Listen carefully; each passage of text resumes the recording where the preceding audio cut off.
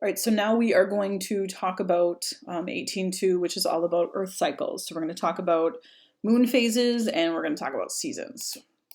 People have been keeping track of patterns that they notice since the beginning of time. And one of the ways that we have done that is obviously calendars. Really easy for us now to pull up your, Google Calendar, your calendar on the phone. People didn't have that before. So they came up with other ways to do that. And obviously they paid very great attention to the sun and how it changed throughout the year. On the left, there's a picture there of the Mayan calendar, obviously very famous. And then the picture on the right there is Stonehenge, found in England, which we know during certain times of the year, the sun lines up absolutely perfectly with the stones. They've since done excavation on there and then said, believed to be essentially really big gatherings or festivities during those times. So ancient civilizations developed calendars based on their observations of the sun, the moon, and the stars. I just happened to pick two. Oh my gosh, there is obviously considerably more. Your book talks about ways to specifically keep track of time. So those other two were more calendars. Think about a clock now. Ancient Egyptians divided the day into parts that were similar to ours. As early as 3500 BC, monuments called obelisks were built to separate the day into parts, sort of like a tower, and then noticing how that changes throughout the day. And you can start to see there how that literally looks like a clock. We have a sundial down there on the bottom, and then there was another thing your book talked about, a water clock, where essentially there's a spigot kind of on the side, and then water was allowed to drip out, but you could use it to keep track of time. Lunar cycle, so the gradual change in the appearance of the moon in the night sky. I know you guys have noticed this before, noticing how we have different times of the month where the moon looks different to us. So these changes are called the lunar cycle. It takes 29.5 days to get from one phase back to that same phase. So if you look at the picture here, new moon is the phase where we see essentially nothing lit up at all. And I'm going to show you in a little second, why that is, where that is.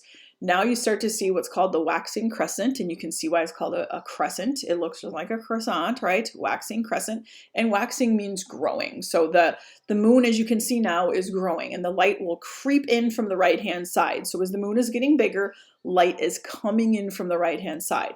When the moon is half lit, it is called first quarter moon. And someone say, why is it a first quarter moon? Should it be first half or something? Because at this point, the moon is a quarter of a way around its path around the earth. Waxing gibbous. Waxing, it's still growing, and gibbous is sort of this phase where it's almost full, but not quite.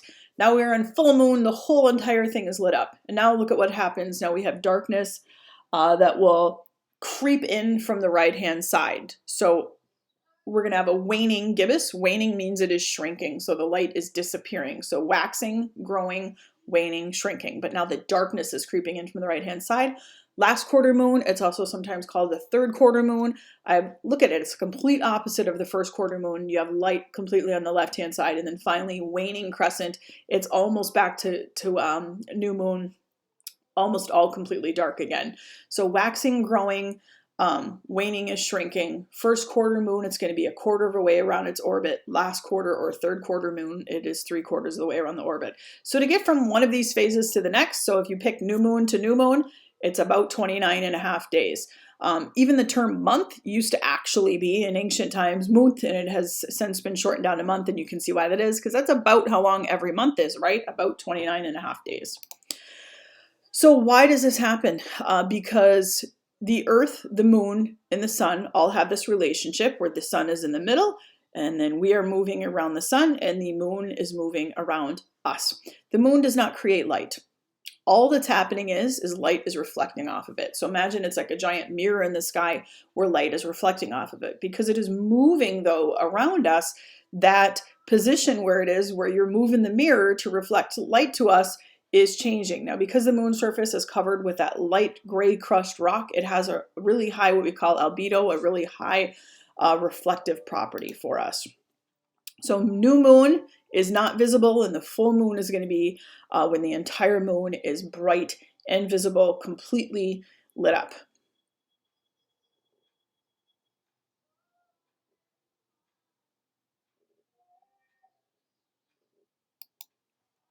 All right, so here's another sort of like, imagine you're up above, looking down below, at all three of these celestial bodies. So the sun is in the middle. It's always going to stay in the same spot.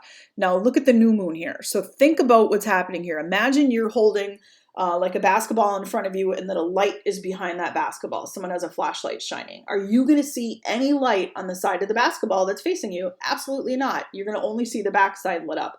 Now imagine you're taking that basketball and you're moving it around. So now when you move it to your left a little bit, you can see how now if someone has that flashlight in the same spot, you're going to start to see a little bit. Now keep moving that basketball. And imagine moving that basketball and having it completely to your left-hand side, like you have your arm outstretched. Now you're going to see the right-hand side of the basketball be completely lit up. You're going to keep moving around and now have it be completely behind you. The whole thing is going to be lit up. How can that be? We'll talk about that in a second. But as you continue to move that basketball around you, that flashlight staying in the same spot, now you can start to see how that light is changing as it's reflected on the basketball or reflected on the moon to us. So why at full moon do we see full moon? Why isn't it completely blocked out by our shadow? Because of this. The moon's orbit is actually tilted. It's tilted at about 5 degrees, as you can see in the picture here. So because of that, look at what happens at full moon. So if I have the sun coming from this side of the earth, no kidding, the whole entire thing is going to be able to be lit up. The only time I wouldn't see it if it was down below. So the orbit of the moon is tilted about 5 degrees from Earth's orbit, and that is the reason why we do not, or why we see a full moon when it's on the opposite side of it. So the only time we get shadows is in what we call eclipses. So the moon is not an Earth shadow except during what we call eclipses. The sun's facing side of the moon is lit by sunlight almost all of the time, like we just said. But sometimes this happens where the moon will fall in our shadow. Now, when things have shadows, so when the Earth has a shadow and even when the moon has a shadow, we actually break it up into 2 parts there. We name it. We love naming things in science, right?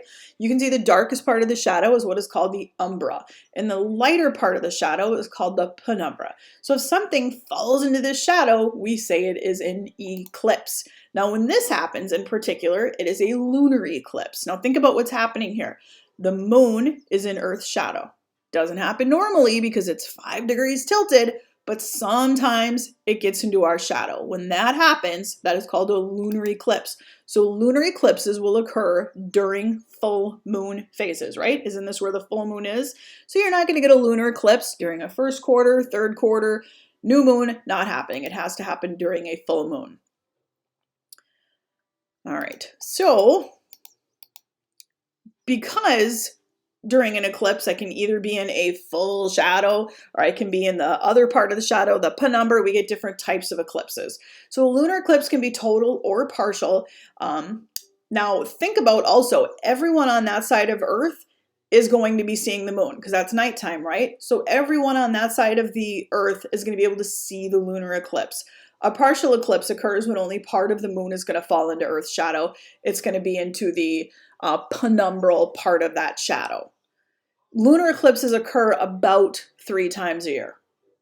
And think about this. Everyone on that side of the Earth can see it. So lunar eclipses are much more common than what we're going to talk about in a second, which is a solar eclipse. Now you should notice in this picture here, this doesn't look normal. The moon normally doesn't look red. No, it normally does not look red.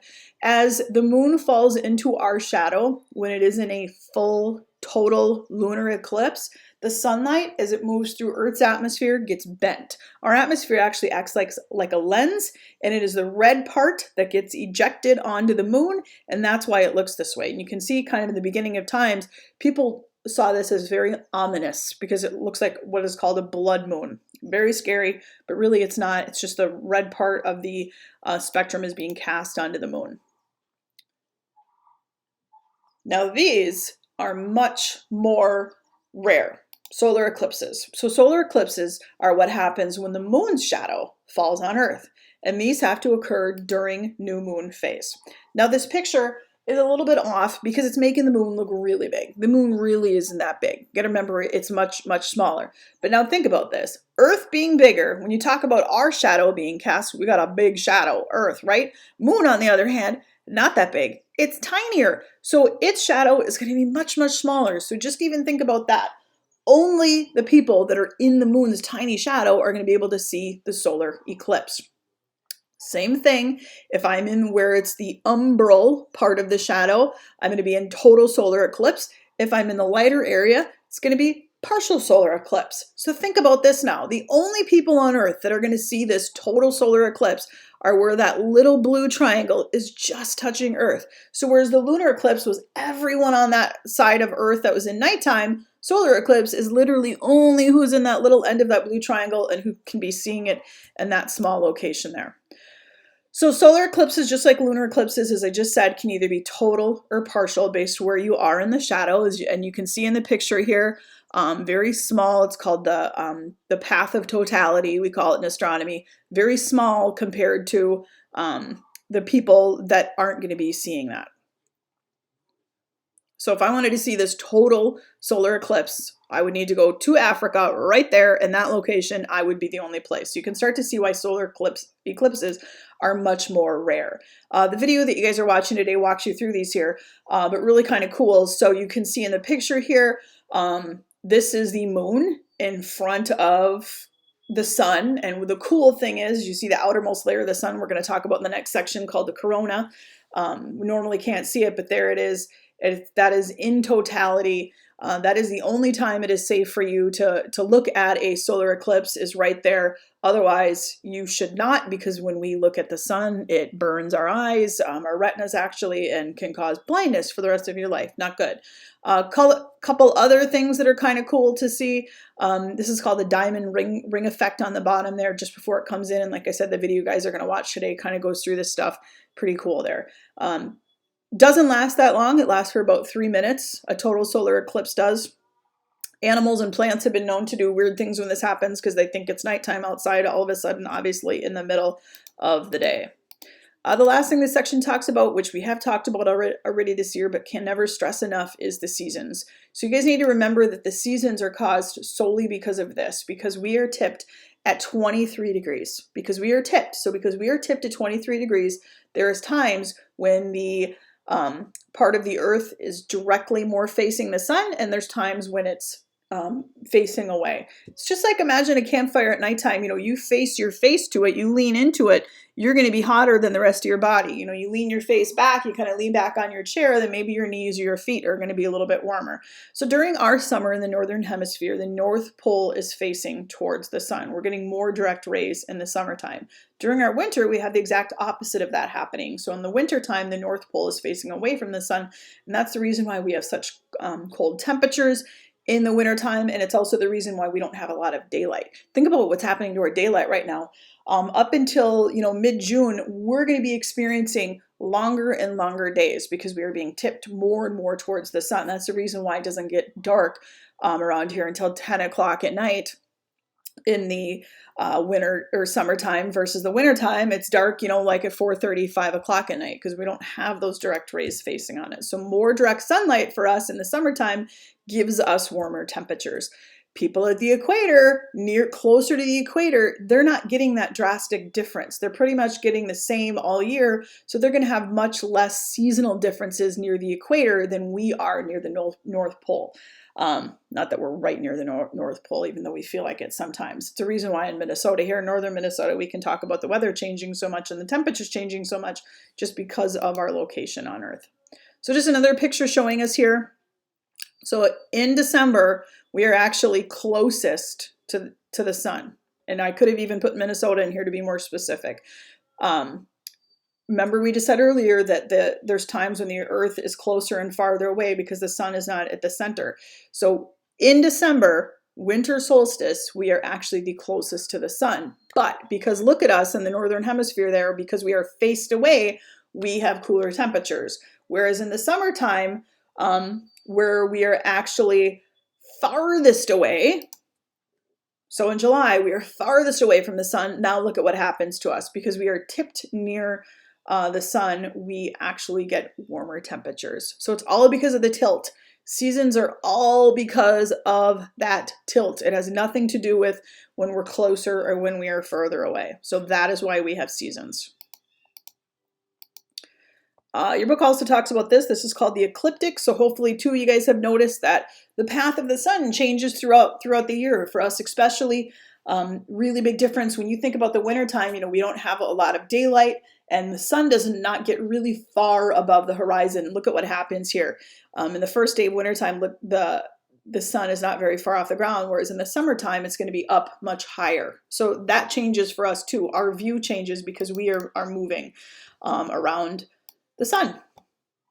All right, so hopefully these things that we're talking about here, these paths, these patterns that we have, you guys will know a little bit more about it now when you look outside.